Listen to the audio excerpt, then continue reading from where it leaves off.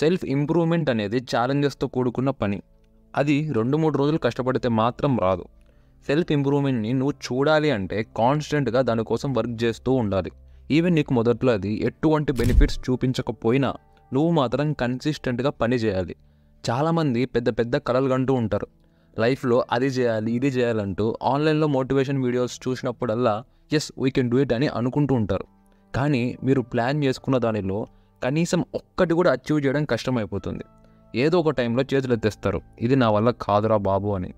ఇలా ఎందుకు జరుగుతుందంటే ప్రతి ఒక్కరికి ఒక్క రోజులోనే ₹1,00,000 లాభం రావాలి, ఒక్క రోజులోనే హీరో అయిపోవాలి, లేదంటే ఎలాగైనా ఈ మంత్లో నాకు జాబ్ రావాలి అని ప్రతి ఒక్కటి త్వరగా పొందాలని అనుకుంటారు. గురు, ఏం చేస్తే ఒక్క రోజులో 50 లక్షలు వస్తాయి? ఏదైనా ఐడియా ఉందా? ఇక్కడే మీరు వెరగబడిపోవడం మొదలవుతుంది. అందరూ ప్లాన్ వేసుకుంటారు కానీ ఆ ప్లాన్కి ముందు ప్రిపేర్ అవ్వరు. ప్రాక్టీస్ చేయకుండా గేమ్ ఆడుతా అంటే ఏమవుద్దో చెప్పండి, డక్అవుట్ అయిపోతారు. మనం ముందే ప్రిపేర్ అవ్వాలి. మనం అనుకున్నవి మనం కోరుకున్నవి అంత ఈజీగా దక్కవు, దానికోసం పోరాడి దక్కించుకోవాలి అని. అండ్ అలాగే సెల్ఫ్ ఇంప్రూవ్మెంట్ పైన ఉన్న అన్ని బుక్స్లో కూడా చెప్పేది ఏంటంటే నువ్వు నిజంగా నీ లైఫ్ని మార్చుకోవాలి అని నువ్వు అనుకుంటే నువ్వు చాలా ఓపికతో ఉండాలి. నువ్వు వెళ్ళే దారిలో ఇబ్బందులు సమస్యలు వస్తాయి, కానీ ఆ సమస్యలని నువ్వు ఎలా ఫేస్ చేస్తావో అనే దాని మీదనే నీ సక్సెస్ ఆధారపడి ఉంటుంది. ఇప్పుడు నేను చెప్పే ఈ 10 స్టెప్స్ని యూజ్ చేసుకొని మనం అనుకున్న గోల్స్ని వీలైనంత త్వరగా ఎలా అచీవ్ చేయాలో అనే దాని గురించి, ఎలా సాధించాలో అనే దాని గురించి తెలుసుకుందాం. ముందుగా point number 1, do something you believe in. నువ్వు దేన్నైతే నమ్ముతావో దానిపైన వర్క్ చేయి. సైకాలజిస్ట్ ఏమంటారంటే మనకు నచ్చనిది ఆర్ ఎవరైనా చెప్పిన పని నువ్వు చేస్తే కాలం గడిచే కొద్దీ ఆ వర్క్ మీద మనకు ఇంట్రెస్ట్ పోయి లైఫ్ అంటే బోర్ కొట్టి డిప్రెషన్లోకి వెళ్తామంట. అదే నువ్వు నమ్మిన పని, నీకు నచ్చిన పని నువ్వు చేస్తే డిప్రెషన్ అన్న మాటే ఉండదు. అలాగే దీనివల్ల నువ్వు హ్యాపీగా కూడా ఉండొచ్చు. ఫర్ ఎగ్జాంపుల్, ఒక్కసారి ఇలా ఊహించండి, నువ్వు నమ్మిన దానిలో నువ్వు సక్సెస్ చూస్తే ఆ ఫీల్ ఎంత హై ఉంటుందో, అది నీకు ఎంత కాన్ఫిడెన్స్ ఇస్తుందో అస్సలు ఊహించని కూడా లేవు. ఆ కిక్కే వేరు. నేను కూడా యూట్యూబ్ స్టార్ట్ చేసే కొత్తలో ఫుల్గా నేను నమ్మి కష్టపడ్డా. 0 నుంచి స్టార్ట్ చేశా, ఇప్పుడు 10K సబ్స్క్రైబర్స్ సంపాదించా. Do something you believe in. Point number 2, focus on important task. నేను బెట్టేసి చెప్తా, ఎవరైతే లైఫ్ని సెట్ చేసుకోవాలి అని అనుకుంటున్నారో వాళ్ళలో ప్రతి ఒక్కరూ ఒక డజన్ గోల్స్ పెట్టుకొని తప్పు చేస్తారు. కంప్యూటర్ ప్రోగ్రామింగ్ లాంగ్వేజ్ నేర్చుకోవడం నుంచి డైలీ జిమ్కి పోవడం వరకు నెత్తి మీద ఇన్ని గోల్స్ వేసుకుంటే అస్సలు ఆ గోల్స్ని రీచ్ అవ్వడం కష్టం. అలా అని కేవలం ఒకే గోల్ పెట్టుకొని కష్టపడమని నేను చెప్పట్లేదు. దీనికి ఒక ఫ్రేమ్వర్క్ ఉంది, ఎలా మీ టైంని వేస్ట్ చేయకుండా మీరు డిమోటివేట్ అవ్వకుండా పనులు అయిపోగొట్టాలని. అది ఎలా ఉంటుందంటే అర్జెంట్ అండ్ ఇంపార్టెంట్, త్వరగా చేయాలి అండ్ ఇది చాలా ఇంపార్టెంట్ టాస్క్. ఇలాంటి పనులు ఫస్ట్ కంప్లీట్ చేసేయాలి. Important but not urgent. ఈ వర్క్ ఇంపార్టెంటే కానీ అంత అర్జెంట్ ఏం కాదు, సో ఈ టాస్క్ని సెకండ్ ఇంపార్టెంట్ టాస్క్ అనుకోండి. Urgent but not important. పైన 2 టాస్క్ అయిపోయిన వెంటనే థర్డ్ టాస్క్ చేయండి, ఎందుకంటే ఇది అర్జెంటే కానీ దీనితో మనకు అంత ఉపయోగం ఉండదు కాబట్టి. Not important and not urgent, ఈ టాస్క్ మీరు చేస్తే చేయండి, లేకుంటే లేదు. ఇది మీ టైం పైన డిపెండ్ అయ్యి ఉంటుంది. మీరు ఈ విధంగా మీ వర్క్ని స్ప్రెడ్ చేసి చూస్తే మీరు ఈజీగా మీ ఇంపార్టెంట్ వర్క్స్ని ఫినిష్ చేయగలుగుతారు. Point number 3, be realistic. గొప్ప కళలు కనండి, దానిలో ఏమాత్రం తప్పు లేదు. కానీ మీరు కనే కళలు, మీ గోల్స్ కొంచెం రియలిస్టిక్గా ఉంచుకోండి. అది మీ వల్ల అవుతుందా అని ఒకసారి ఆలోచించండి. కొంతమంది కోరికలు ఎలా ఉంటాయంటే లాటరీ తగిలి ఒక్క రోజులో రిచ్ అయిపోవాలి, ఒక్క రోజుల్లోనే లైఫ్ చేంజ్ అయిపోవాలి, కనీసం నెలకి 5 లక్షలైనా శాలరీ ఉండాలని ఇలా పిచ్చి కోరికలు పెట్టుకొని ఉంటారు. ఇలా రియాలిటీకి దూరంగా నువ్వు ఆలోచిస్తే ఎప్పటికీ ఏం సాధించలేవు. మీ వల్ల ఈ పని అవుతుందా, ఒకవేళ అయితే ఎంత టైంలో ఆ గోల్ని అచీవ్ చేయవచ్చు. ఇలా రియలిస్టిక్గా ఆలోచించడం ద్వారా ఎక్కువ బాధపడాల్సిన అవసరం ఉండదు, అలాగే చాలా టైం సేవ్ అవుతుంది కూడా. Point number 4, right it down. ఒక్కసారి ఒక పేపర్ మీద మీ గోల్స్ని రాయండి. ఇలా రాయడం ఎంత ఇంపార్టెంట్ అంటే మీ గోల్స్ని, మీ డ్రీమ్స్ని మీరు బ్రెయిన్లో అనుకుంటారు. నెక్స్ట్ స్టెప్ ఆ డ్రీమ్ని పేపర్ మీద రాస్తారు. నెక్స్ట్ రాసిన ఆ డ్రీమ్ని చదువుతారు.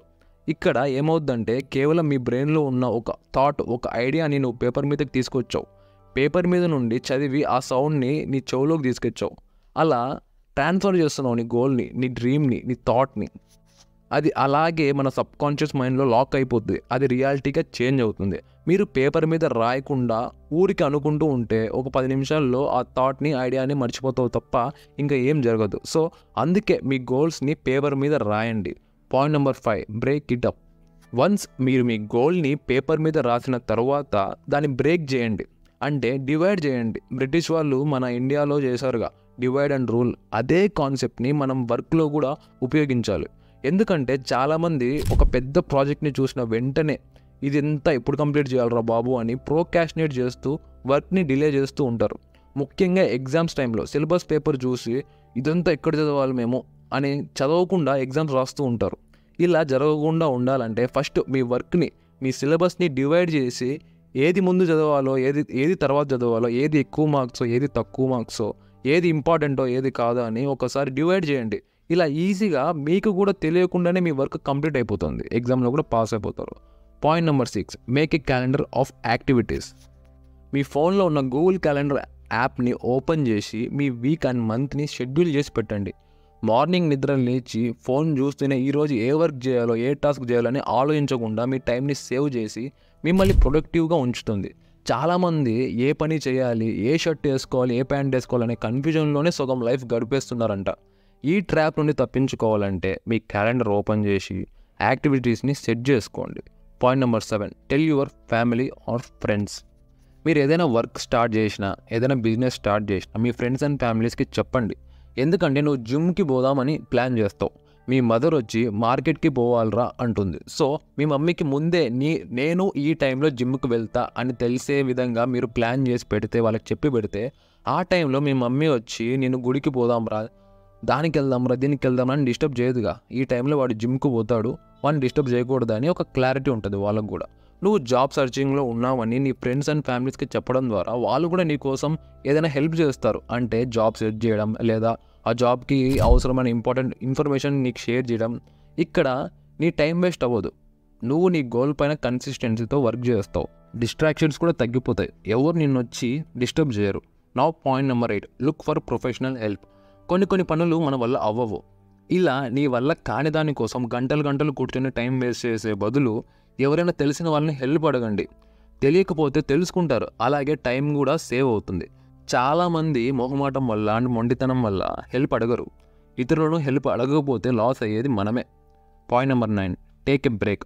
కన్సిస్టెంట్గా వర్క్ చేయడం కష్టం, సో అందుకే బ్రేక్ తీసుకోవడం, హాలిడే తీసుకోవడం చాలా ముఖ్యం. ఎందుకంటే మనం రోజు జిమ్కి వెళ్తాం, అలా వరుసగా 7 days వెళ్ళిన తర్వాత ఖచ్చితంగా మన బాడీ అలసిపోయి ఫీవర్ వస్తుంది, పెయిన్స్ వస్తాయి. అదే 1 day గ్యాప్ ఇచ్చి జిమ్కి వెళ్ళడం ద్వారా మంచి రిజల్ట్స్ కనబడతాయి. సో బ్రేక్ తీసుకోండి, తప్పేం లేదు. బ్రేక్ తీసుకోవడం, హాలిడే ఎంజాయ్ చేయడం టైం వేస్ట్ అనుకుంటే నువ్వు నీ లైఫ్నే వేస్ట్ చేస్తున్నట్టు అర్థం. మళ్ళీ చెప్తున్నా, ప్రోకాస్టినేట్ చేయడం, బ్రేక్ తీసుకోవడం రెండు ఒకటి కాదు. ఆలోచిస్తే మీకే అర్థమవుతుంది. End of the list, point number 10, visualise success. Visualisation చేసుకోవడం చాలా పవర్ఫుల్ టెక్నిక్. ప్రతి ఒక్క అథ్లీట్ విజువలైజ్ చేసుకుంటారంట, అందుకే వాళ్ళు గేమ్స్లో, స్పోర్ట్స్లో అంత బాగా పర్ఫామ్ చేయగలుగుతారు. ఇది కేవలం స్పోర్ట్స్లో ఒక్కటే యూజ్ అవ్వదు, లైఫ్లో ప్రతి ఒక్క చోట ఈ విజువలైజేషన్ టెక్నిక్ యూజ్ అవుతుంది. ఇలా మిమ్మల్ని మీరు సక్సెస్ఫుల్గా విజువలైజ్ చేసుకోవడం ద్వారా మీరు మీ గోల్స్ అండ్ అంబిషన్స్ పైన ఇంకా కొంచెం సీరియస్నెస్తో వర్క్ చేయడం స్టార్ట్ చేస్తారు. కోరికలు, కళలు ప్రతి ఒక్కరికి ఉంటాయి, కానీ వాటిని నిజం చేసుకోవడం చాలా కష్టం. కరెక్ట్గా ప్లాన్ చేసి డిసిప్లిన్తో వర్క్ చేస్తే మీ టార్గెట్ ఎలా ఉంటుందంటే ఈజీగా మన టార్గెట్ని రీచ్ అయిపోతాం.